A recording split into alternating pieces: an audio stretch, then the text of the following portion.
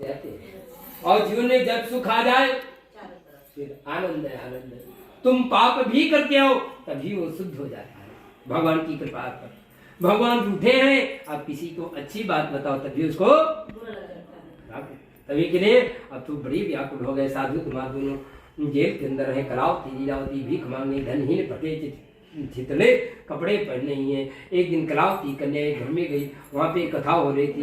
कथा सुनने के बाद देर रात्रि से घर को लौटी तो माता कहती, हे कन्या, हे पुत्री, इतनी देर तक तू कहाँ घूमती रही, तुम्हारे मन में क्या चल रहा है?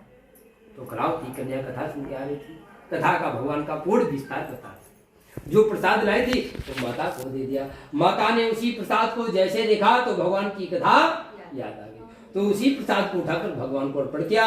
भगवान की कथा की प्रेम पूर्वक भगवान से संकल्प पता क्या करती है, हे प्रभु, हे भगवंत, मेरे पति दमाद जब भी घर को आ जाएंगे तब मैं फिर तुम्हारी कथा करूंगा। आज कथा होगी, अब जब मेरे पति दमाद आएंगे तब कथा करेंगे। भगवान उसी प्रसाद को पाकर तुरंत चंद्रकेतु राजा के पास गए। राजा को स्वप्न में दर्शन देते, हे राजन, आपके नगर में जेल में 2 बड़े पुत्र बंद हैं। अभी तक कौन थे साधु दमाद? चोर थे। अब राजा भगवान क्या कहते, जाओ दोनों बड़ी पुत्रों को बंधन से छुड़ा कर ले आओ। जिसमें भगवान की कृपा होती उस पर पूरे संसार की कृपा होती। भगवान कहते, जाओ दोनों बड़ी पुत्रों को छुड़ाकर मेरे सम्मुख ले आओ। साधु दमाद दोनों छूट कर आ रहे, मन में विचार कर रहे हैं। राजा की मन की बात को कौन नहीं जानता है। पहले तो बंदी भाई, अभी क्या जाने। राजा ने पहले तो जेल में बंद कर रखा है, या तो फांसी लगाएगा।